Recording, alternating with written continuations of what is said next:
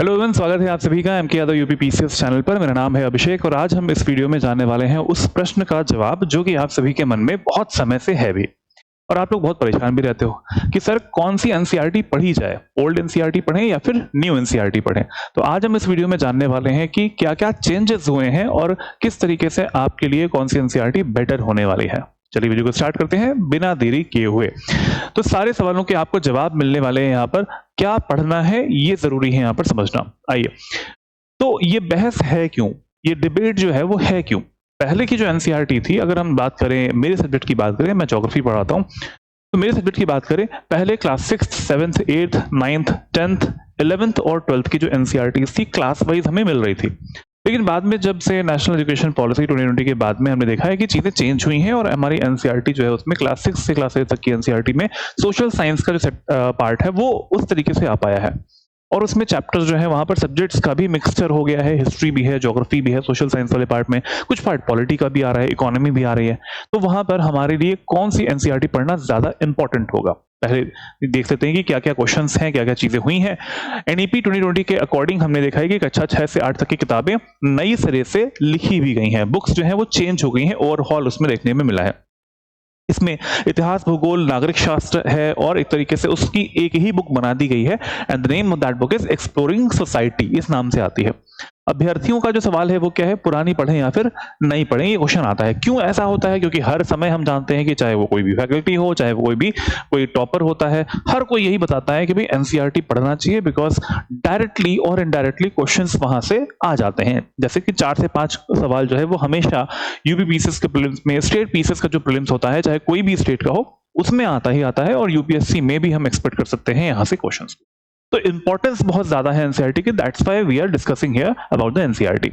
चलिए आगे बढ़ते हैं और जानते हैं कि क्या क्या चीजें इसमें चेंजेस आए हैं। 2020 से हम देख पाते हैं 2023 वाले जो पार्ट है, national curriculum framework school education, अगर एनसीएफएससी की हम बात करते हैं तो यहाँ पर हम रेशनलाइजेशन हमने देखा है कि बुक्स में अभी आ पाया है। रेशनलाइजेशन का मतलब यह है कि जो बल्कि बुक्स होती थी, सब्जेक्ट का जो एक वेटेज बहुत ज्यादा होता था उसको कम करने का प्रयास किया गया है।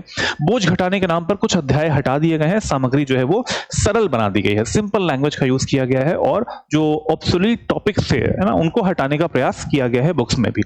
इतिहास, भूगोल, नागरिक शास्त्र, अर्थशास्त्र सब एक विषयगत ढांचे में इंक्लूड किए गए हैं। जैसे मैंने बताया आपको, एक्सप्लोरिंग सोसाइटी नाम से एक चैप्टर, एक बुक जो है वो आ पाई है। इसके अलावा स्टोरी टेलिंग का जो एक पार्ट है वो यहाँ पे इंट्रोड्यूस किया गया है। तथ्य सूची की जगह पर कहानियां हैं, गतिविधियां हैं, यानी एक्टिविटीज हैं, साथ साथ जो रंगीन चित्र और मानचित्र का प्रयोग किया गया है। क्योंकि क्लास 6 से 8 तक के जो बच्चे होते हैं वो स्कूली बच्चे हैं, स्कूली बच्चों के हिसाब से बुक बनाई जाए। जो बुक्स एनसीईआरटी की बनाई जाती है वो कॉम्पिटिटिव एग्जाम की तरीके से नहीं बनाते हैं, वो बनाते हैं बच्चे की तरह से। और बच्चों को समझ कहाँ पे आता है, जब उनके सामने डायग्राम्स रहेंगे, फ्लो चार्ट्स रहते हैं। तो इस तरीके के अगर डायग्रामेटिकल वे में उन्हें पढ़ाया जाएगा तो ज्यादा अच्छे से वो रिटेन कर पाते हैं, याद कर पाते हैं। इसलिए इस प्रोसेस को इंक्लूड किया गया है।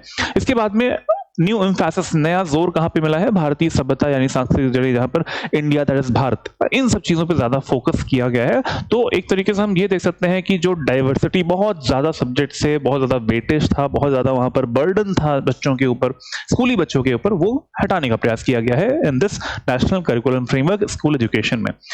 अब देख पाते हैं कि पुराना बनाम नया ढांचा, यानी जो हमारा ओल्डर एनसीईआरटी थी और नई एनसीईआरटी है, व्हाट आर द चेंजेस। अगर हम देखें कि आपने पढ़ा भी होगा, अगर और एनसीईआरटी पढ़ी है तो उसमें देखते हैं कि हिस्ट्री की वहां पर आर पास्ट नाम से बुक्स आती हैं। भूगोल की the earth our habitat, resource and development, इस नाम से बुक आती है। और साथ साथ जो सोशल एंड पॉलिटिकल लाइफ, अलग से हमारी पॉलिटी की वो बुक आती है। These are the old NCERT in the chapters names. इसके अलावा आते हैं, अब क्या है, समाज का अध्ययन यानी exploring society India and beyond, इस टाइटल से national curriculum framework school education 2023 के अकॉर्डिंग इस नाम से समाज का अध्ययन भारत और उसके आगे, ये वाला जो पार्ट है वो अब बनाया गया है। इसी में हमारे जो अध्याय हैं वो भी कम कर दिए गए हैं, सब्जेक्ट्स को साथ साथ इंक्लूड किया गया है, कंबाइन कर दिया गया है सब्जेक्ट्स को। तो कई बार ऐसा होता है कि टॉपर्स बोलते हैं, टीचर्स बोलते हैं कि क्लास 6 से क्लास 12 की एनसीईआरटी पढ़ लो। तो पढ़ने के लिए बीच में आ गया पॉलिटी, बीच में आ गया इकोनॉमी, बीच में आ गया आपका हिस्ट्री वाला पार्ट। तो वो जो कंफ्यूजन क्रिएट हो रहा है कि कौन सी बुक्स पढ़ी जाए, उसके बारे में आज हम ये वीडियो कवर कर रहे हैं। जैसे कि ये एक हमारा इंडेक्स वाला पार्ट है, ये क्लास 6th की एनसीईआरटी है, ये क्लास सिक्स्थ की हमारी exploring society India and beyond है, उसका इंडेक्स है। आप यहाँ पर देख पा रहे होंगे, पहले हम लोग ज्योग्राफी कवर कर रहे हैं, इसके बाद में trip history of the past, history cover कर रहे हैं। यहाँ पर ये हिस्ट्री का पार्ट हो गया। इसके अलावा कल्चर वाला पार्ट यहाँ पे आ जाता है, और साथ में गवर्नेंस और डेमोक्रेसी वाला पार्ट है, यानी यहाँ पे हम देख सकते हैं कि जो पॉलिटी वाला पार्ट है वो भी यहाँ पर, family, community, governance, local government, वो सब चीजें आ रही हैं। So in the same class we are getting the multiple subjects here in the exploring society part. Next class 7th की जो बुक आती है, क्लास 7th की बुक का इंडेक्स ये वाला है। यहाँ पर आप देखेंगे, यहाँ पर भी हमारा ज्योग्राफी इसमें आ जाएगा, ज्योग्राफिकल डाइवर्सिटी, क्लाइमेट, वेदर के बारे में है। अगला जो पार्ट आता है हमारा, यहाँ पर आ जाएगा, उसमें यहाँ पे आप देख पा रहे हैं हिस्ट्री इसमें आ रहा है, गुप्ता एज के बारे में बात कर रहे हैं, टायरलेस क्रिएटिविटी है, कल्चर के बारे में बात कर रहे हैं, अगेन फिर से गवर्नेंस एंड डेमोक्रेसी की यहाँ पे बात कर लेते हैं, कॉन्स्टिट्यूशन ऑफ इंडिया है ना, इन सब के बारे में बात कर रहे हैं। तो यहाँ पर भी आपको मल्टीपल सब्जेक्ट्स मिल रहे हैं एक ही बुक में। क्लास 8th की जो बुक आती है, पार्ट नंबर 1 है ये क्लास 8th की बुक का। इसमें आपका देखेंगे लैंड एंड द पीपल, यहाँ पर नेचुरल रिसोर्सेज के बारे में बात कर रहे हैं, यानी ये भूगोल के बारे में बात कर रहे हैं। इसके अलावा पास्ट के बारे में बात कर रहे हैं, यानी हिस्ट्री के बारे में बात कर रहे हैं। अगेन यहाँ पर पॉलिटी के बारे में बात की जा रही है, और यहाँ पर इकोनॉमी भी इंक्लूड हो गया है, economic life around us. So now multiple subjects in a single book, ये कंफ्यूजन क्रिएट करता है। अब बात आती है, अब करा क्या जाए, कॉम्पिटिटिव एग्जामिनेशंस के लिए क्या किया जाए। ये किताब बनाई गई है बच्चों के हिसाब से, नए करिकुलम के अकॉर्डिंग। लेकिन अगर आपको एग्जाम को क्वालिफाई करना है, तो अगर अभी आपको 2026 का और 2027 का अगर आपको पेपर देना है, तो आप ओल्ड एनसीईआरटी को फॉलो कर सकते हैं, बिकॉज अभी ये क्या है, ट्रांजिशन फेज चल रहा है। जो नए क्वेश्चंस बन रहे होते हैं वो ज्यादातर नई एनसीईआरटी से उतना नहीं बन रहे हैं, ओल्ड एनसीईआरटी वाला जो पार्ट है वहां से बन रहे होते हैं।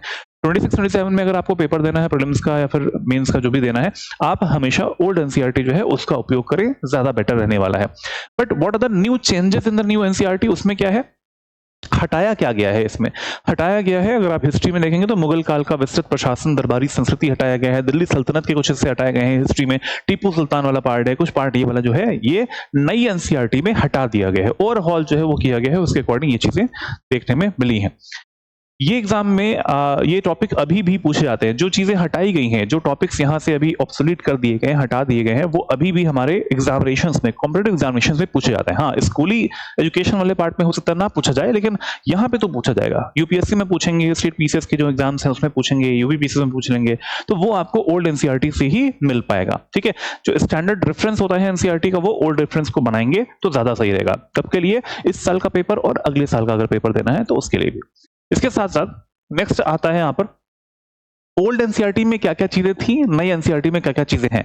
ओल्ड एनसीईआरटी में अधिक तथ्य और सघन तथ्य की सघनता थी, वहां पर डेटा, फैक्ट्स बहुत सारे थे, पिक्चर्स की उतनी ज्यादा जो अधिकता थी वो नहीं थी। ठीक है, लेकिन अभी क्या हो गया है, सरल और सहज भाषा का उपयोग किया गया है, तथ्य उतना नहीं है जितने की हो सकते थे, गहराई कम कर दी गई है, और जो एक पिक्टोग्राफिक मेमोरी के में जो रहती है स्टूडेंट्स की, बच्चों की, उसके जरिए चीजें याद रह पाए, इस पर ध्यान दिया गया है।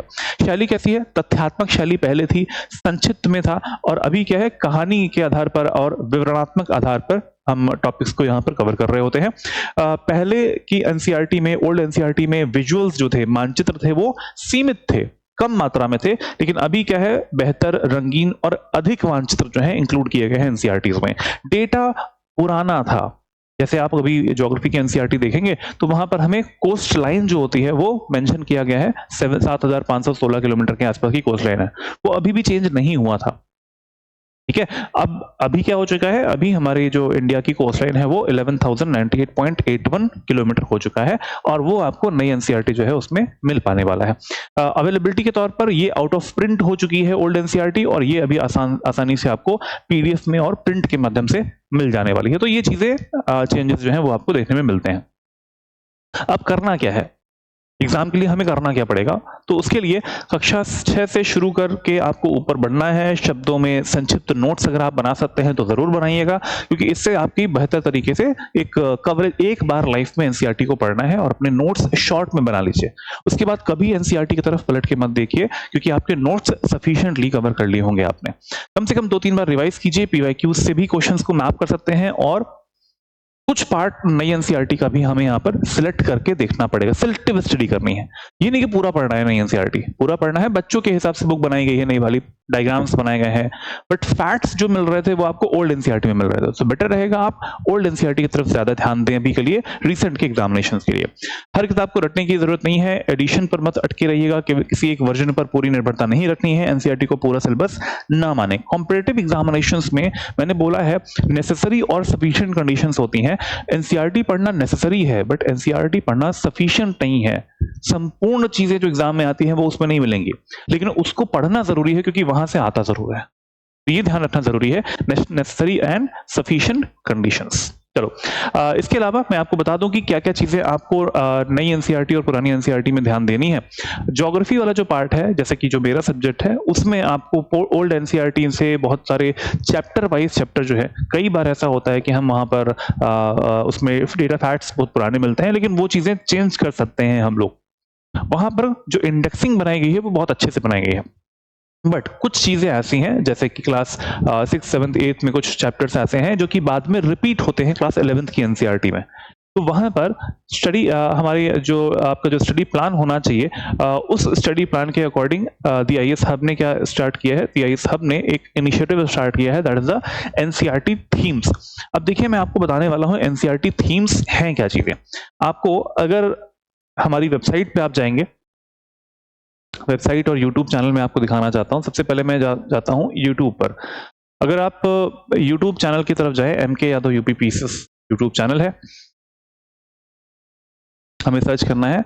वहां पर एक नया इनिशिएटिव स्टार्ट किया गया है, एनसीईआरटी इन 50 थीम्स, ओनली 50 थीम्स में हमें करना है। MK यादव यूपी से सर्च करना है तो उसमें आपको आ जाएगा MK यादव यूपी, ये वाला चैनल आपको सर्च कर लेना है। इसमें आपको प्लेलिस्ट सेक्शन में जाना है, इसमें आपको प्लेलिस्ट सेक्शन में जाना है, जैसे कि ये वीडियो भी चल रहा था। यहां पर आपको मिलेगा ज्योग्राफी एनसीईआरटी इन 50 थीम्स। तो यहां पर क्या है, पूरी एनसीईआरटी, आपको कोई भी चीज पढ़ने की जरूरत नहीं है, everything will be provided to you guys. यहाँ पर जितने भी वीडियोस हमारे बनने वाले हैं, जैसे कि अभी एक बना हुआ है वीडियो, इस वीडियो में हम आपको जितने क्लास 6th में एक चैप्टर है, क्लास 11th में एक चैप्टर है ऑन द सेम टॉपिक, जैसे कि the universe, solar system, earth origin, ये टॉपिक रिपीट हो रहा है। ऐसे ही आप जानते हैं कि हमारे जो नेचुरल वेजिटेशन होता है, प्राकृतिक वनस्पति है, वो भी रिपीट होती है, क्लास 11th में भी रिपीट होती है, उससे पहले भी रिपीट हो रही है। तो रेपिटेशन को अवॉइड करते हुए ओनली 50 वीडियोस आपके लिए लाए जाएंगे। ये पहले बड़ा वीडियो था, इसके बाद में जो वीडियोस हैं छोटे ही होने वाले हैं। उन छोटे वीडियोस को आप पूरा देखेंगे, आपका वो जो एक टॉपिक है वो पूरा कवर हो जाएगा। Repetition of the NCERT books आपको पढ़ना नहीं पड़ेगा, और इनका हैंडआउट भी हमारी वेबसाइट पे आपको मिलने वाला है। बहुत ही क्रिस्प हैंडआउट है, हिंदी में भी है, इंग्लिश में भी है, वो आपको हमारी वेबसाइट पे मिल जाने वाला है। वहां से आप उसको डाउनलोड कीजिए। उसके अलावा एनसीईआरटी पढ़ने की कोई भी जरूरत नहीं है। तो जो एक क्वेश्चन उठ रहा था अभी तक कि एनसीईआरटी कौन सी पढ़े, ओल्ड पढ़े कि न्यू पढ़े, आप नई जो है उसको अवॉइड करके जो ओल्ड है वो पढ़ सकते हैं फॉर द रीसेंट एग्जामिनेशंस। और अगर आपको उसमें भी प्रॉब्लम हो रही है अभी भी, तो आप इस सीरीज को पकड़ लीजिएगा। ये हमारी सीरीज है ज्योग्राफी की, हिस्ट्री की और पॉलिटी की, इस तरीके से सेशंस हमारे आने वाले हैं। ये हमारा वीडियो पड़ा हुआ है, ये फर्स्ट एक वीडियो है इन 50 थीम्स में से, पहली थीम है। आप सभी लोग इसको जरूर देखेंगे किस चैनल पर, MK Yadav UP PCS channel पर। और इसके अलावा अगर आप हमारे फाउंडेशन बैच के बारे में जानना चाहते हैं, जो जिसका नाम है संकल्प फाउंडेशन बैच, प्री मेंस और इंटरव्यू तीनों की इसमें प्रिपरेशन करवाई जाती है, आप इसके बारे में जानकारी सकते हैं इस नंबर पर 9289999600898290, इस नंबर पे आप कॉल कर सकते हैं और जानकारी ले सकते हैं इस बैच के बारे में। लाइव क्लास चलने वाली है इसमें, 1200 से ज्यादा घंटे की, समरी, नोट्स, हैंडआउट्स सब कुछ आपको मिलेंगे इसमें। जितने भी यूपी विषय के टॉपर्स हैं उनसे हमारे डाउट सॉल्विंग सेशंस भी हो जाएंगे, करंट अफेयर्स के सेशंस मिलेंगे आपको, और पर डे 10 प्रीलिम्स के क्वेश्चंस, 1 मेंस का क्वेश्चन, इस तरीके के बहुत सारे फीचर्स आपको यहां पर मिलने वाले हैं। नंबर एक बार फिर से बता दे रहा हूं, 959560082909, इस नंबर पे कॉल करिए। और इस वीडियो के डिस्क्रिप्शन बॉक्स में भी आपको लिंक मिल जाएगा हमारे फाउंडेशन बैच का, क्लिक करके वेबसाइट पे जाके आप इस कोर्स के बारे में जानकारी कर सकते हैं। Thank you so much. आज के लिए इतना ही। ओल्ड और न्यू एनसीईआरटी के बीच का जो एक क्वेश्चन था, जो बहुत समय से आपके मन में था, उसको दूर करने का छोटा सा प्रयास मैंने किया है। जरूर सब्सक्राइब करें इस चैनल को। टेक केयर, जय हिंद, गुड बाय।